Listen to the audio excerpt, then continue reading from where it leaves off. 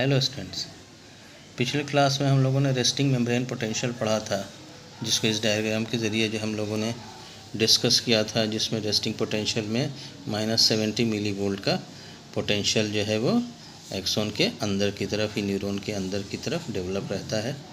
ठीक है, उस टाइम क्या होता है, सोडियम चैनल भी क्लोज्ड होते हैं, voltage gated main potassium channel वो भी क्लोज रहते हैं, लेकिन कुछ चैनल क्या होते हैं, लीकी चैनल होते हैं पोटेशियम के, जिनसे सोडियम पोटेशियम बाहर आता रहता है और अंदर भी जाता रहता है, लेकिन इसका एंड कंडीशन में भी इक्विलिब्रियम बना रहता है। ये हम लोग पिछली क्लास में पढ़ चुके थे।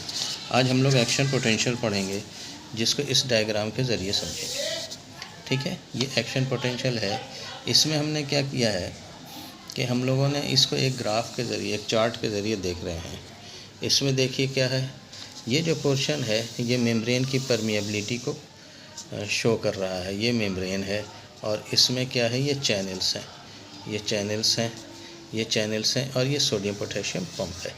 ये क्या है, सोडियम पोटेशियम पंप है। This is the sodium potassium pump है। ये क्या है, ये सोडियम पोटेशियम पंप कहो या एटीपेज कहो, ये सोडियम पोटेशियम एटीपेज है, जिसका काम क्या होता है, सोडियम को लगातार बाहर निकालना और पोटेशियम को अंदर ले जाना। और इसमें एक एटीपी का खर्चा होता है, एटीपी, एडीपी और फॉस्फेटाइन में टूट जाता है। इसमें 3 सोडियम बाहर जाते हैं और 2 पोटेशियम अंदर आते हैं। ये तो सोडियम पोटेशियम पंप पढ़ चुके हैं हम लोग। अब इसको हम लोगों ने 4 स्टेजेज में दिखाया है। एक तो रेस्टिंग पोटेंशियल है और ये पूरा का पूरा एक्शन पोटेंशियल है। उन्होंने पढ़ाया था कि नर्व इम्पल्स जो होता है वो due to change in the potential on the membrane पर डिपेंड करता है। ठीक है, और ये रिचार्जिंग स्टेज है। ठीक है, जब रेस्टिंग पोटेंशियल होता है तो उस टाइम क्या होते हैं, दोनों चैनल हमने अभी देखा क्या होते हैं, सोडियम चैनल और पोटेशियम चैनल दोनों ही क्या होते हैं, क्लोज होते हैं।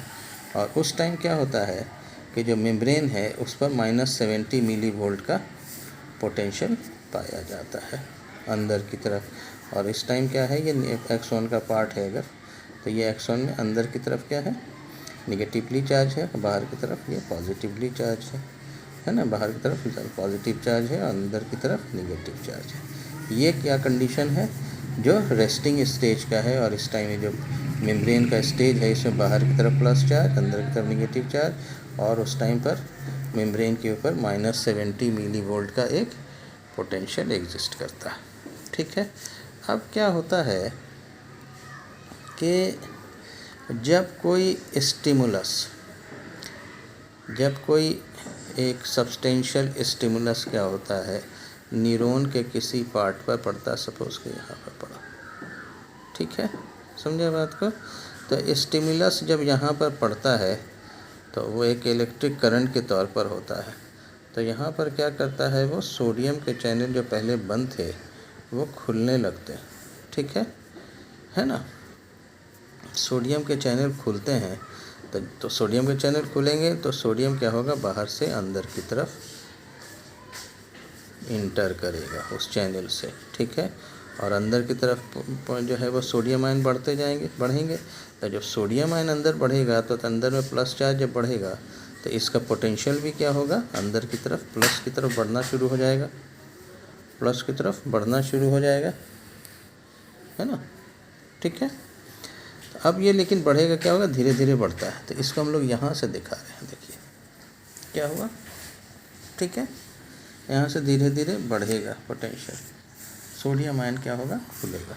ठीक है, ये पोटेंशियल जो धीरे धीरे बढ़ता है, स्लो होता है, लेकिन एक टाइम आता है कि ये वैल्यू दिखा रहा है किसका, पोटेंशियल का, स्टिमुलस का वैल्यू है, जो स्टिमुलस है उसके पोटेंशियल का वैल्यू है।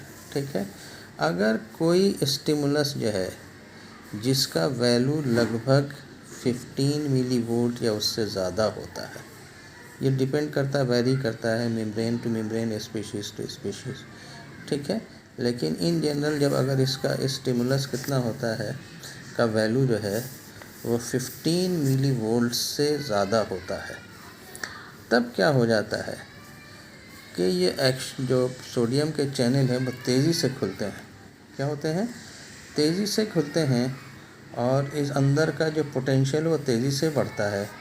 और पहले बढ़ता है 0 पर, 0 से फिर चला आता है कहाँ तक, लगभग +50 मिली वोल्ट तक। ये भी डिपेंड करता है स्पीशीज़ टू स्पीशीज़ तक, ठीक है।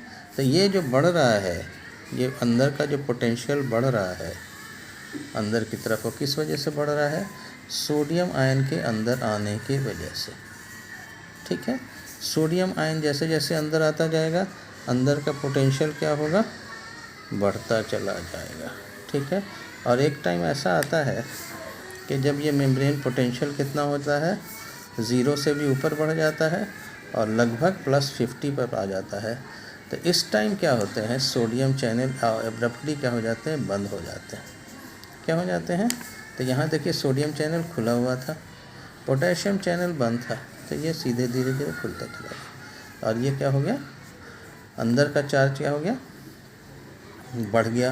और पहले जो निगेटिव चार्ज था वो रिवर्स होके क्या हो गया, अंदर की तरफ +50 हो गया, तो प्लस चार्ज बढ़ गया अंदर में। तो ये जो स्टेट हुआ, तो अंदर में प्लस चार्ज बढ़ गया, मतलब बाहर में माइनस चार्ज आ गया। तो ये जो स्टेट हो गया जिसमें रिवर्सल ऑफ चार्ज हो गया, इस प्रोसेस को हम लोग क्या कहते हैं, डीपोलराइजेशन कहते हैं, ठीक है। डीपोलराइजेशन का मतलब हुआ रिवर्सल ऑफ चार्ज, अंदर की तरफ प्लस चार्ज हो जाना, बाहर की तरफ माइनस चार्ज हो जाना और पोटेंशियल का रिवर्स हो जाना। पहले जो निगेटिव था पोटेंशियल वो क्या हो जाए, पॉजिटिव में बढ़ जाए। ये किसकी वजह से हुआ, सोडियम आयन के अंदर आने की वजह से। इस पूरे प्रोसेस को हम लोग क्या कहते हैं, डीपोलराइजेशन कहते हैं। डीपोलराइजेशन के टाइम पर पोटेशियम चैनल बंद रहता है, सिर्फ सोडियम चैनल खुले रहते हैं। वही कहते हैं सोडियम चैनल ओपन है, पोटेशियम चैनल खुले हैं। लेकिन इस पोर्शन पर आने के बाद क्या होता है, जो एक प्रॉपर इस स्टेज पर पहुंच जाता है पोटेंशियल अंदर का, तो सोडियम की परमिएबिलिटी ख़त्म हो जाती है, एकदम से सोडियम के चैनल क्या हो जाते हैं, बंद हो जाते हैं। और उसी टाइम फिर क्या हो जाते हैं, पोटेशियम के चैनल खुल जाते हैं, ठीक है। पोटेशियम के चैनल खुलते हैं तो पोटेशियम क्या हो जाएगा, बाहर निकलने लगता है। 2 रीज़न होता है बाहर निकलने का। एक तो क्या होता है कि जो पिछले क्लास में हमने पढ़ा था कि अंदर में जो अनायन है, वो अनायन क्या होता है, उससे वो पोटेशियम चैनल इलेक्ट्रोस्टैटिकली बंधे रहते हैं, क्योंकि अंदर में पोटेशियम ज़्यादा, सोडियम बहुत कम होता है। लेकिन सोडियम के अंदर आने की वजह से सोडियम अंदर बढ़ जाता है, तो ये पोटेशियम का अट्रैक्शन जो है अनायन के लिए कम हो जाता है, और अनायन जो अंदर थे सेल्स के अंदर वो क्या हो जाते हैं, पोटेशियम आयन, अनायन जो अंदर थे उनसे उसकी पोटेशियम की पकड़ कमज़ोर हो गई, और ये पोटेशियम जो हो गया कंसंट्रेशन ग्रेड, चूँकि अंदर में पोटेशियम ज़्यादा है तो कंसंट्रेशन ग्रेडियंट की वजह से ये पोटेशियम बाहर निकलने लगते हैं, ठीक है। बाहर निकलते हैं यानी कि सोडियम पोटेशियम चैनल, नए पोटेशियम चैनल खुलते हैं। जब ये बाहर निकलेंगे तो फिर अंदर में जो प्लस चार्ज है वो बाहर निकलने लगेगा, और फिर क्या होगा, जो अंदर की तरफ निगेटिव चार्ज बढ़ने लगेगा। जो ऊपर बढ़ा था पोटेंशियल प्लस अंदर की तरफ, तो फिर धीरे धीरे क्या होगा, नीचे आता जाएगा, +50 से 0 पर आ जाएगा, और 0 से फिर कहाँ चला जाएगा, -55, और ऑलमोस्ट कहाँ पर आ जाएगा, 70 पर आ जाएगा। लेकिन यहाँ पर क्या होता है, 70 पर नहीं रुकता है, बल्कि थोड़ा और निगेटिव चला जाता है, ठीक है। थोड़ा क्या होता है, और निगेटिव चला जाता है। तो यहाँ पर इस स्टेज में फिर क्या हो जाएगा, दोबारा से बाहर की तरफ प्लस चार्ज, अंदर की तरफ माइनस चार्ज आ गया। तो यहाँ ये स्ट्रक्चर, ये स्टेज लगभग बराबर सी होगी। तो ये पोर्शन जो होता है, ये जो स्टेज है जिसमें ये जो है पोलराइज्ड स्टेट दोबारा से जो है इस्टेब्लिश होगी, इसको पोलराइज्ड स्टेट कहेंगे। इसको क्या कहेंगे, पोलराइज्ड स्टेट कहेंगे। ये डीपोलराइज्ड स्टेट है। तो यहाँ पर फिर पोलराइज्ड स्टेट क्या हो गया, दोबारा से इस्टेब्लिश हो गया, री इस्टेब्लिश हो गया। तो इसको हम लोग क्या कहेंगे, इसको हम लोग रीपोलराइज्ड स्टेट कह सकते हैं, है ना, ठीक है कि नहीं। यानी कि ये पोलराइजेशन को दोबारा इस्टेब्लिश किया गया। तो ये जो पूरा प्रोसेस है इसको हम लोग क्या कहते हैं, रीपोलराइजेशन कहते हैं। तो ये डीपोलराइजेशन और रीपोलराइजेशन का जो प्रोसेस है, यही क्या है, एक एक्शन पोटेंशियल कहलाता है, ठीक है। वंस किसी पोर्शन पर एक्शन पोटेंशियल डेवलप कर जाता है तो वो पूरे न्यूरॉन पर, ये पूरा जैसे सपोज के लिए कि पूरा न्यूरॉन है, तो यहीं पर अगर जनरेट किया है तो ये पूरे न्यूरॉन पर फैल जाता है, ये पूरे न्यूरॉन पर फैल जाता है। और वो कब फैलता है, जब एक्शन पोटेंशियल जनरेट करता है। और एक्शन पोटेंशियल कब जनरेट करता है कि जो स्टिमुलस, जो उद्दीपन पड़ रहा है, उसका वैल्यू एटलीस्ट कितना होना चाहिए, 15 मिली वोल्ट का होना चाहिए। इस स्टेज पर पहुंचने के बाद क्या हो जाते हैं, ये जो सोडियम आयन के चैनल है वो बहुत तेज़ी से खुलते हैं और देखिए ये एक बहुत स्पाइक बन रहा है। ये बहुत तेज़ी से अंदर का पोटेंशियल क्या होता है, बढ़ता है। जिस तेज़ी से बढ़ता है उसी तेज़ी से फिर घट जाता है। ठीक है, तो ये जो पोर्शन बनता है, खास करके यहाँ जो ये तेज़ी से बढ़ता है, ये जो बढ़ता है ये किसकी वजह से बढ़ता है, इस पोटेंशियल की वजह से बढ़ता है। तो ये मिनिमम जो पोटेंशियल है उद्दीपन स्टिमुलस का, जो कि एक्शन पोटेंशियल को जनरेट करता है, उसका हम लोग थ्रेशोल्ड पोटेंशियल कहते हैं। थ्रेशोल्ड पोटेंशियल क्या हुआ, देखिए ये थ्रेशोल्ड पोटेंशियल है।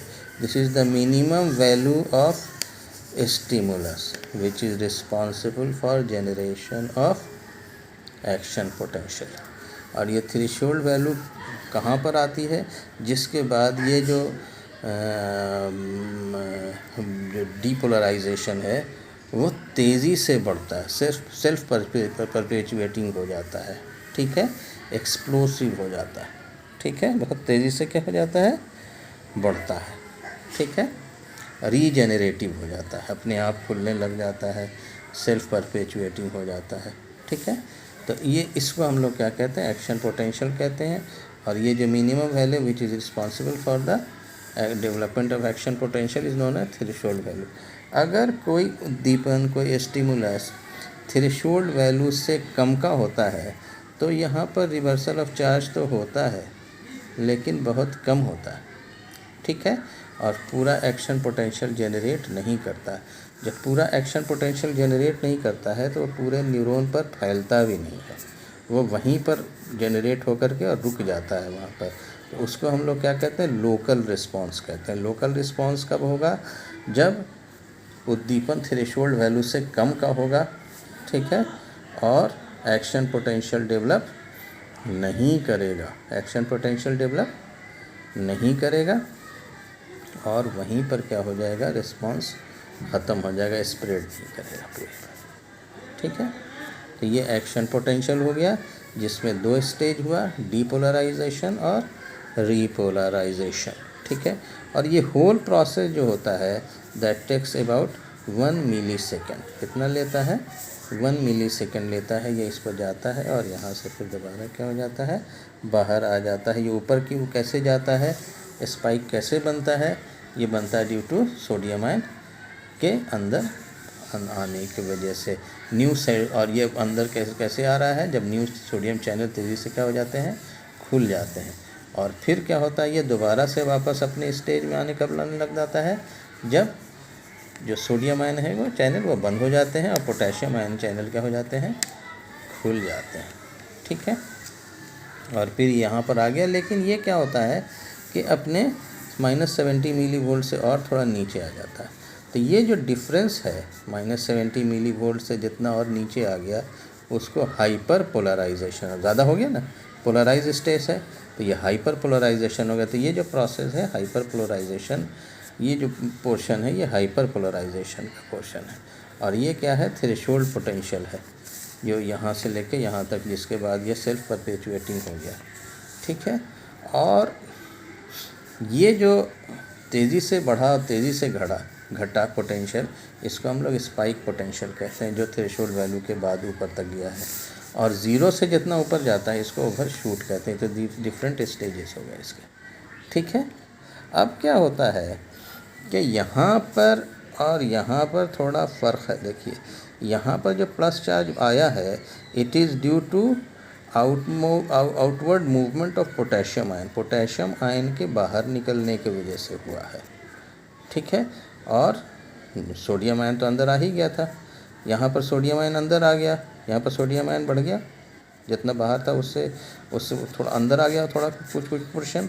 और यहाँ अंदर जो पोटेशियम आयन था उसका कुछ पोर्शन बाहर निकल गया, वजह से क्या हो गया, प्लस चार्ज बाहर में बढ़ गया, अंदर में माइनस चार्ज बढ़ गया।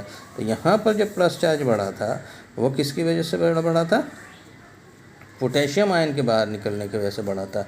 जो सोडियम आयन आया है वह यहीं रह गया, तो अब इसको जो है पहली वाली इस अवस्था में लाने के लिए क्या होना चाहिए, जो सोडियम आयन अंदर आया है उसको दोबारा बाहर निकलना चाहिए, और जो पोटेशियम आयन बाहर गया है उसको दोबारा अंदर आना चाहिए।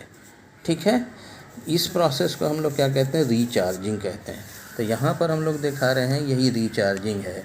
रीचार्जिंग में क्या कर रहे हैं कि जो सोडियम आयन अंदर आया था उसको दोबारा सोडियम पोटेशियम पंप क्या करता है, बाहर निकालता है, और जो पोटेशियम बाहर निकल गया था उसको दोबारा से अंदर लाता है, जिसकी वजह से ये हाइपरपोलराइजेशन धीरे धीरे क्या हो जाता है, अपने नॉर्मल अवस्था में आता है। इसी को हम लोग क्या कहते हैं, रीचार्जिंग कहते हैं। जैसे ये हाइपरपोलराइज स्टेट में आता, फिर मेम्ब्रेन अपने क्या हो जाएगा, पोलराइज स्टेट में आ जाता है।